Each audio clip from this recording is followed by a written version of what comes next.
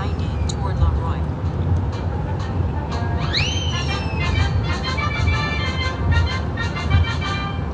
Those who hold her fast are called happy. Father in heaven, we thank you for this day. We thank you for your word. We thank you. You say they are swiftly carried away upon the face of the waters. Their portion is cursed on the land. No treader turns toward their vineyards. Drought and heat snatch away the snow waters. So does Sheol those who have sinned. The squares of the town forget waits for the twilight, saying, I'll check by texting the word Catholic Bible to 33777. That's all one word, all together, all caps or no caps, doesn't matter. Catholic Bible to 33777. Again, as I said, today we are reading from Genesis chapter 33 and chapter 34. As we heard yesterday, Jacob wrestled with the angel all night, and his name was changed. His name was changed from Jacob to Israel, which marked something unique. And it marks something we have never seen yet in the Bible. In this whole story of salvation, chapter 33 reveals something we have not yet seen. We've seen plenty of brokenness. We've never seen reconciliation. So here we start with Genesis chapter 33 and 34. And Jacob lifted up his eyes and looked, and behold, Esau was coming, about 400 men with him. And so he divided the children among Leah and Rachel and the two maids, and he put the maids with their children in the front, then Leah with her children, and Rachel and Joseph last of all. He himself went on before them, bowing himself to the ground 7 times until he came near to his brother. But Esau ran to meet him, and embraced him, and fell on his neck, and kissed him, and they wept. And when Esau raised his eyes and saw the women and children, he said, Who are these with you? Jacob said, The children whom God has graciously given your servant. Then the maids drew near, they and their children, and bowed down. Leah likewise and her children drew near and bowed down. And last, Joseph and Rachel drew near, and they bowed down. Esau said, What do you mean by all this company which I am? Jacob answered, To find favor in the sight of my Lord. But Esau said, I have enough, my brother. Keep what you have for yourself. Jacob said, No, I beg you. If I have found favor in your sight, then accept my present from my hand.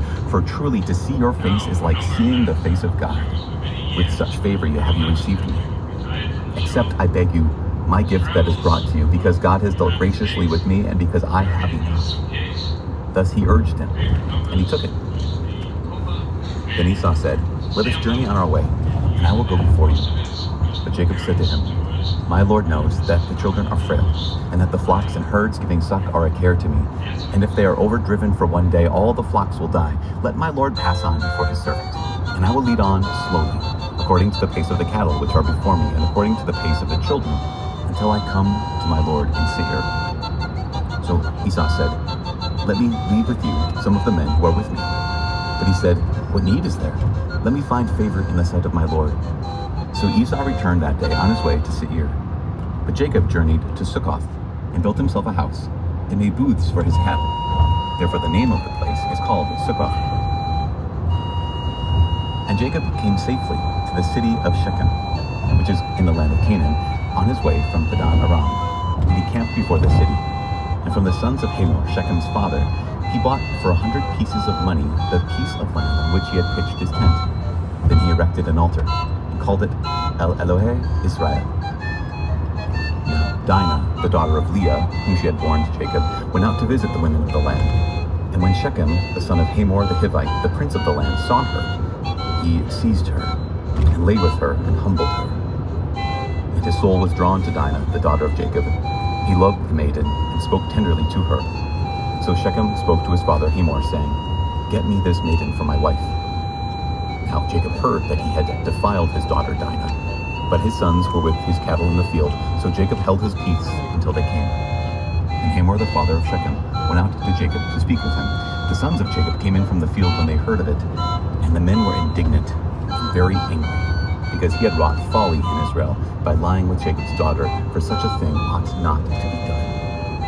But Hamor spoke with them, saying, The soul of my son Shechem longs for your daughter. I beg you, give her to him in marriage. Make marriages with us. Give your daughters to us, and take our daughters for yourselves. You shall dwell with us, and the land shall be open to you. Dwell and trade in it, and get property in it. Shechem also said to her father, to her brothers, Let me find favor in your eyes, and whatever you say to me I will give. Ask of me ever so much as marriage present and gift, and I will give according as you say to me. Only give me the maiden to be my wife. The sons of Jacob answered Shechem and his father Hamor deceitfully, because he had defiled their sister Dinah. They said to them, We cannot do this thing, to give our sister to one who is uncircumcised, for that would be a disgrace to us. Only on this condition will we consent to you, that you will become as we are, and every male of you will be circumcised. Then we will give you our daughters, and we will take your daughters to ourselves, and we will dwell with you and become one people. But if you will not listen to us and be circumcised, then we will take our daughter and we will be gone. Their words pleased Hamor, and Hamor's son Shechem, and the young man did not delay to do the thing because he had delight in Jacob's daughter. And he was the most honored of all his family. So Hamor and his son Shechem came to the gate of their city and spoke to the men of their city, saying, These men are friendly with us. Let them dwell in the land and trade in it, for behold, the land is large enough for them. Let us take their daughters in marriage, and let us give them our daughters. Only on this condition will the men agree to dwell with us, to become one people, that every male among us be circumcised as they are circumcised. Will not their cattle, their property, and all their beasts be ours? Only let us agree with them, and they will dwell with us.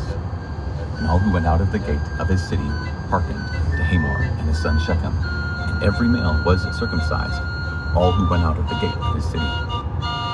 On the third day, when they were sore, two of the sons of Jacob, Simeon and Levi, Dinah's brothers, took their swords and came upon the city unawares, and killed all the males. They slew Hamor and his son Shechem with the sword, and took Dinah out of Shechem's house and went away. And the sons of Jacob came upon the land, and plundered the city because their sister had been defiled. They took their flocks and their herds, their donkeys, and whatever was in the city and in the field, all their wealth, all the little ones, their wives, all that was in the houses, they captured and made their prey. Then Jacob said to Simeon and Levi, You have brought trouble on me by making me odious to the inhabitants of the land, the Canaanites and the Perizzites.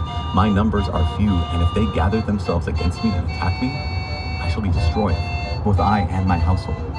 But they said, In half a mile, Should he treat take our exit sister as a 47 for harlot? I-490 toward New York 19 to take exit 47 Job to chapter merge 23 onto and 24. I-490 toward Leroy. Job replies. Then Job answered,